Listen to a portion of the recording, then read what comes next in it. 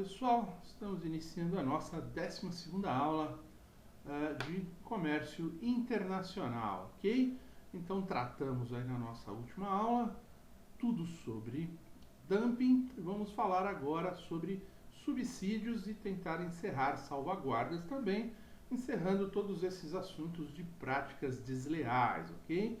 Conceito do subsídio, né? A contribuição financeira concedida por um governo ou um órgão governamental que permita a um setor específico oferir algum tipo de vantagem, ok? Uma vantagem para quê? Uma vantagem para melhorar a sua competitividade em relação aos outros países, a outros produtos dentro do comércio internacional. Os subsídios, então, eles podem ser para aumentar as exportações, ou seja, eu quero que determinado item no meu país seja mais exportado, então eu ofereço aos produtores, à indústria nacional, algum tipo de subsídio para que eles aumentem a produção daquilo, aumentem também os próprios lucros para exportar ou para reduzir importações, ou seja, eu dou subsídios aos produtores nacionais para que eles produzam em maior escala, mesmo que com prejuízo. Eu cubro esses prejuízos para eliminar qualquer tipo de importação, ok? É uma contribuição financeira, portanto, representada por transferências diretas de fundos, né? Empréstimos, doações, aportes de capital, não é? Por órgãos, né, nacionais, por órgãos públicos e governo diretamente a essas empresas, né? Potenciais transferências diretas de fundos, né? Garantias de empréstimos através de bancos públicos, ok? Perdão de dívidas, né? Incentivos fiscais, fornecimento e compra de bens diretamente a essas empresas, ok? Então o subsídio ele pode se materializar de diferentes formas, ok? De diferentes meios, né? Difícil até às vezes a própria caracterização dele, tá bem? Quais são as medidas defensivas, né? São as medidas compensatórias, ou seja, eu estou tendo um determinado prejuízo, eu solicito uma medida compensatória diretamente àquele país, àquela indústria, àquele mercado, ou direto ao meu governo, de alguma forma, uma medida compensatória para que eu tenha competitividade com aquele produto que está sendo subsidiado pelo governo do país exportador ou o país importador que está deixando de importar, ok? É uma forma de eu conseguir uma garantia para continuar competitivo. Contra um subsídio, eu peço uma compensação. A contestação da medida junto à Organização Mundial do Comércio, né? Então, um país pode verificar que há ali um dano direto a ele e pedir junto à OMC uma investigação sobre aquilo e uma decisão lá, né, no tribunal sobre aquele tipo de, se aquele país está autorizado ou não a permanecer com aquele tipo de subsídio, prejudicando o comércio internacional, ok? Por isso que há dentro da OMC o órgão lá competente para realizar a solução de controvérsias, até mesmo arbitrando, não é, o que deve ser seguido, e o outro país é obrigado a tomar aquela medida, tá bem? Não serão aplicadas simultaneamente direitos antidumping e medidas compensatórias, não é? Ou seja, para um mesmo mercado, um mesmo produto, não é? Além do antidumping, eu ainda vou dar uma compensação ou uma coisa ou outra, né? Eu tenho uma medida antidumping para o país que está sendo prejudicado e uma medida compensatória para o outro lado, né, que está sendo prejudicado. Ou seja, eu elimino o dumping através de uma taxação, mas também não vou, além disso, dar uma compensação aos internos, né, simplesmente para eles ficarem mais competitivos. Não. Ou uma coisa ou outra, não é? Normalmente o antidumping, porque o governo não vai querer desembolsar. Pode até querer, né? Mas, enfim, pode através de subsídios, enfim, sempre existe a possibilidade. Mas, simultaneamente, ou uma coisa ou outra, ok? Quais são as modalidades, né, que existem aí de subsídios? Nós temos os proibidos, né, que vão cair aí chamado num sinal vermelho. Temos os acionáveis ou os recorríveis, né, que são aqueles que são discutidos no OMC, nos blocos econômicos, enfim. E os não acionáveis, né, aquilo que, olha, isso já né, não é caracterizado como um subsídio, né? Então, vamos aos proibidos, né? Quais são os subsídios que são no sinal vermelho, os subsídios proibidos? O desempenho, né, do próprio exportador, ou seja, eu vou investir no exportador para que eu tenha condições de exportar um produto numa condição muito mais muito mais competitiva, muito mais barata, enfim. Então, se eu invisto subsídios para melhorar o desempenho de um exportador, é visto como um subsídio proibido. Também a substituição de importações, né? Então, eu às vezes importo lá muita carne, e aí eu quero que a carne seja nacional, e se eu só tenho outra nacional, né, não tenho a carne bovina, eu tenho a suína ou a de aves, eu vou subsidiar essa produção para reduzir as importações de outro tipo, porque eu tenho algo similar ali ou parecido internamente. Isso também não é permitido, ok? São específicos, né, por definição, ou seja, quando você dá um subsídio a um produto, né, no máximo a um mercado ali, muito bem definido. E o dano é pressuposto, né? Ou seja, a partir do momento que eu estou incentivando, né, um exportador ou financiando alguém para substituir importações, reduzindo as exportações ou aumentando as exportações, ele vai causar um dano pressuposto. Então isso por si só já diz quando um subsídio pode ser aplicado ou não, e nesses casos não. Quando eles são acionáveis ou recorríveis, né, estão ali num sinal amarelo, quando eles não estão nessa categoria, né, de proibidos, como por exemplo incentivos fiscais, algumas doações, enfim, né, também específicos, né, para um produto, para uma indústria, para um mercado, e podem causar danos, né? O dano ele pode ser comprovável e tem que ter um nexo de causa entre, né, como nós falamos lá no caso do dumping, né, aqui também o subsídio ele traz um problema, né, uma causa e um efeito para um determinado mercado, para um determinado país, ok? Então aí eles são recorríveis, né, eles não fazem parte da categoria de proibição, mas de alguma forma eles estão trazendo prejuízo. Então o que eu vou fazer? Eu vou entrar lá na OMC, vou acionar, né? Vou recorrer contra aquilo dentro da própria Organização Mundial do Comércio. E aqueles que não são acionáveis, né? Aqueles que não são específicos. Quando, por exemplo, eu baixo lá todas as taxas de exportação do meu país, né? Para exportar não tem impostos, como no Brasil, né? Nenhum imposto incide sobre exportação. Isso, né, um exemplo só, não é acionável, recorrível, porque isso é permitido, ok?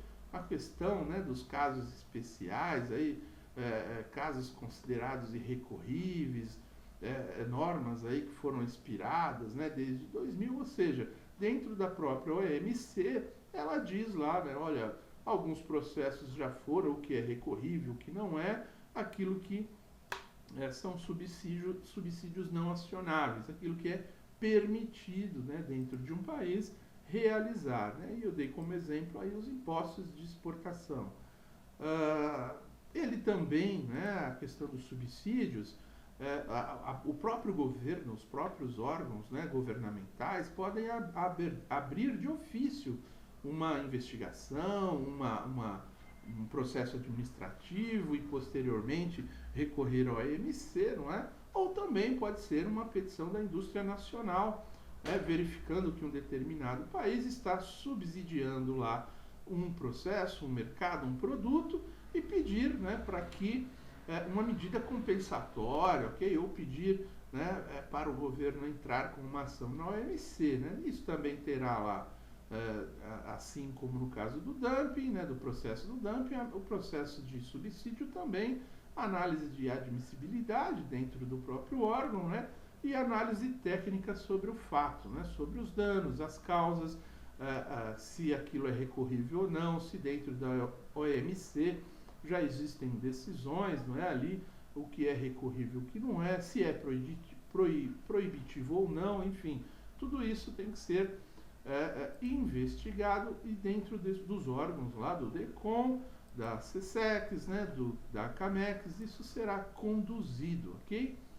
O mesmo processo, né, de análise desses processos de subsídio, também lá a duração de 1 ano, né, excepcionalmente podem chegar a 18 meses, a suspensão sem aplicação dos direitos, né, ou seja, se houver de cara, né, assim que acionado o outro lado, ele corrigir, então fica suspenso esse processo, não há que se aplicar nenhum tipo de direito, de medidas compensatórias, a aplicação de medidas, né, o DECOM e a SESEX propõem a CAMEX, né, o que a CAMEX vai levar ao OMC, né, como nós falamos, a CAMEX ela é composta pelos ministros, né, os ministérios que têm aí relação com o comércio exterior, onde as decisões são tomadas realmente, não é?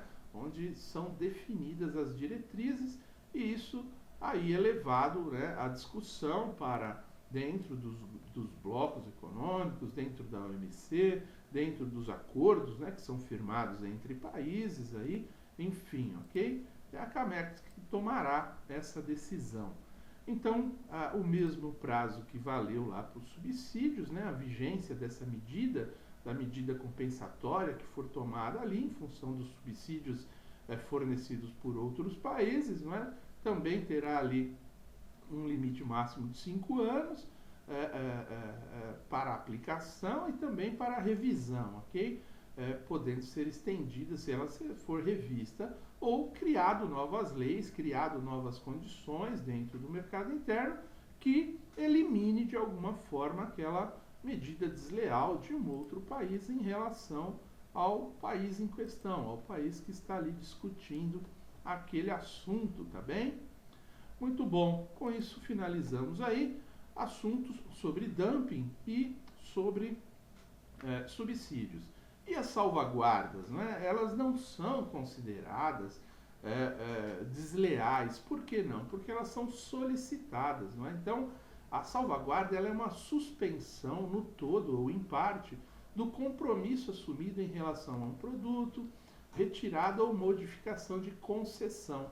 Ou seja, dentro das tarifas externas comuns, lá dentro dos sistemas gerais de preferência, eu já estabeleci uma série de condições para vender os meus produtos, para comercializar, para vender ou para comprar. Por algum motivo eu estou passando por algum problema interno no meu país, eu vou solicitar então uma suspensão no todo ou em parte daquele compromisso que eu assumi dentro da OMC, dentro do meu bloco econômico, dentro dos acordos, né, multilaterais, não é? Que eu pratico com os outros países, eu vou por um período, então, não é?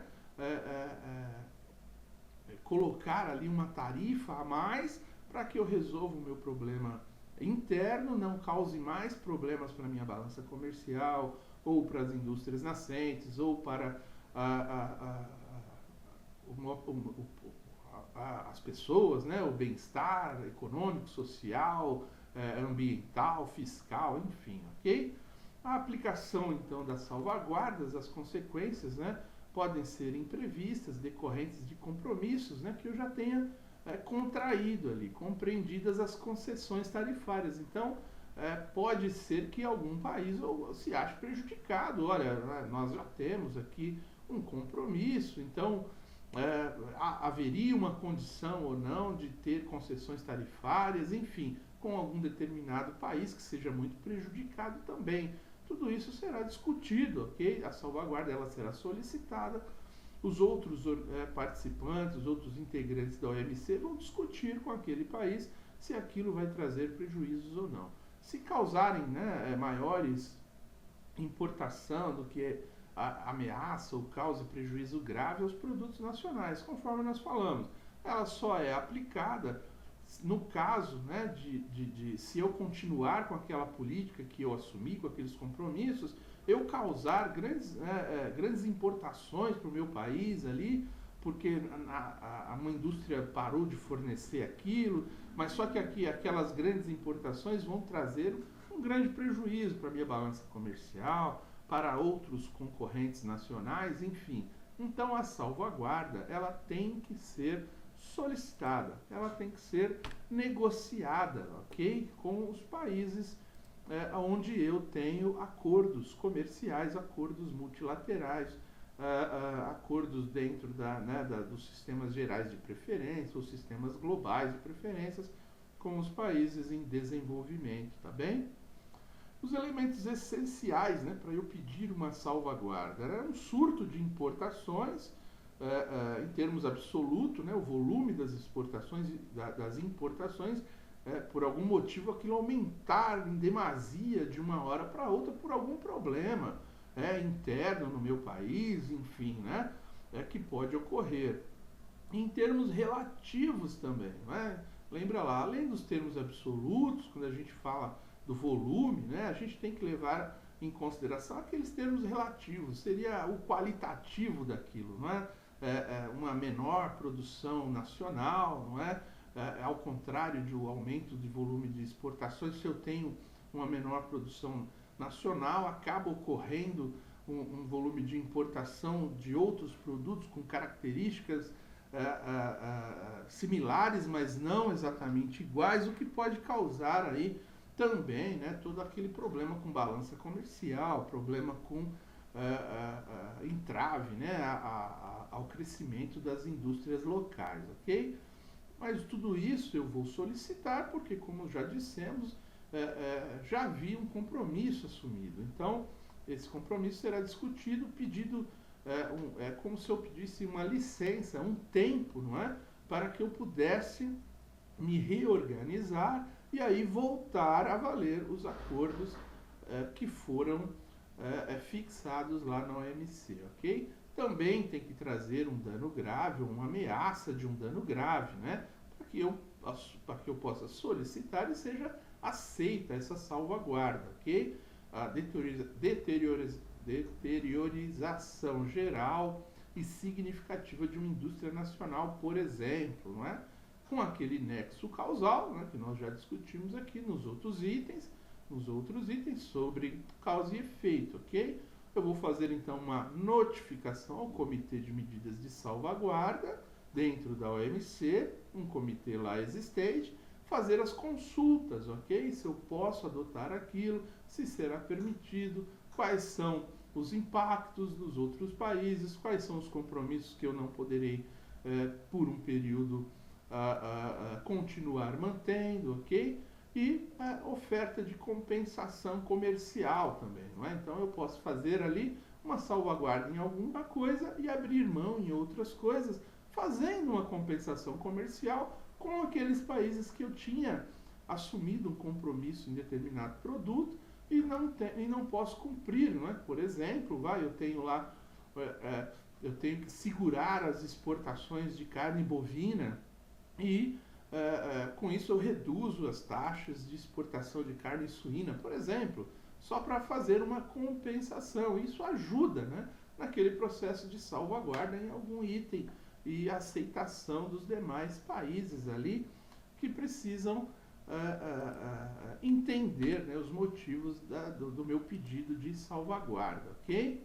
O prazo de vigência são por 4 anos, prorrogáveis por mais 4, dessa salvaguarda dentro da OMC, e países em desenvolvimento terão um adicional de mais 2 anos, não é?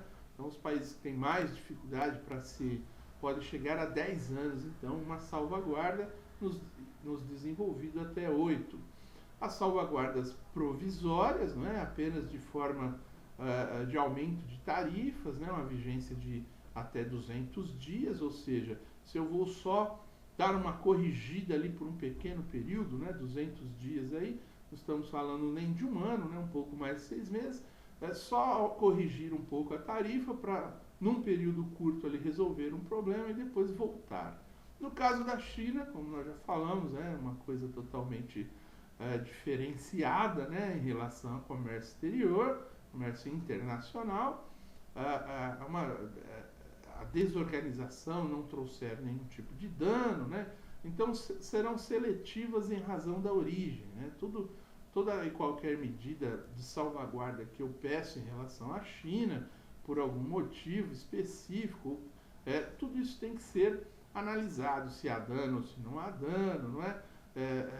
Tem que ser seletiva em razão da origem, do material, enfim. Tudo isso tem que ser muito bem discutido, né? Porque a China tem uma condição diferente de fazer comércio internacional com as condições internas muito favoráveis, o que pode causar, não é? Então, se eu tenho lá a China oferecendo alguns produtos ao meu país, eu posso pedir uma salvaguarda específica ali, porque está trazendo, né, desorganização ao meu país, está trazendo ali problemas, né, com a competitividade, com a minha indústria nascente, enfim, é um caso específico, né? Aos poucos, a própria China está se equiparando aos demais países, sendo praticando, né, políticas desleais em menos escala, né, vamos dizer assim, até eliminando. Esse é o processo natural desse mercado, né, o que todos devem buscar, a China inclusive, porque também tem interesse em melhorar suas relações internacionais e também o comércio internacional. É óbvio que eles têm uma condição melhor e essa competitividade sempre vai causar aí a questão de subsídios, de salvaguardas, de medidas compensatórias, né, de processos antidumping. Isso é sempre muito mais difícil, né? Causa aí uma grande intervenção, desorganização no comércio internacional. Então, por isso tem é sempre muito mais aceito dentro da OMC esse tipo de defesa, não é, contra a China. E a China vai se defendendo e vai tentando trazer, não é, as práticas dos demais países, seguir os processos, eliminar problemas internos, lá como mão de obra escrava, enfim, né, tudo isso que existe em muitos lugares do mundo, não só na China, ok? Para alguns produtos, né? Por isso a questão da seletividade, né? Nem tudo, tem muita coisa na China que em qualidade, em preço, em quantidade, bastante competitivo ainda e bastante justa, né? Isso tem que ser também diferenciado, não é tudo, né, da China, da Índia ou de outros países, de onde quer que seja, que eu vou ali colocar um rótulo, não é? Então, no comércio internacional, você tem aí todas essas ferramentas que mostramos aí para você se defender, para você tentar uma correção, né? Negociar diretamente ou através da OMC, intermediando, não é? Todas essas questões, ok? Para resolver essas controvérsias e não eliminar o comércio internacional como forma de defesa, né? De protecionismo. Bem, as salvaguardas também pode ter uma abertura de ofício, né? O próprio governo solicitar diretamente a OMC, os órgãos do governo, ou por petições de indústria nacional também, direto ao DECOM, com aquela análise de admissibilidade, análise técnica, se é cabível ou não, né?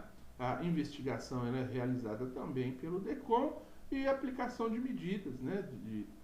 O DECOM e a SESEX vão propor a CAMEX. A CAMEX, como já falamos, composta aí pelos principais ministérios, né, vai dirigir, né, criar diretrizes, premissas, né, onde ocorrerão os contatos diretos com a OMC, a abertura, né, de todos esses processos, a condução, não é, desses processos no âmbito internacional, ok? E com os órgãos internacionais aí, esses órgãos supranacionais, ok? Muito bom. Falamos aí então de todas as medidas, né? Medidas consideradas desleais ou não, né? Em algum ponto dentro do comércio internacional, fechando esse assunto. E aí temos condições então de na próxima aula abordar um novo assunto, né, dentro da área de comércio internacional. Até aqui agradeço, muito obrigado, até mais.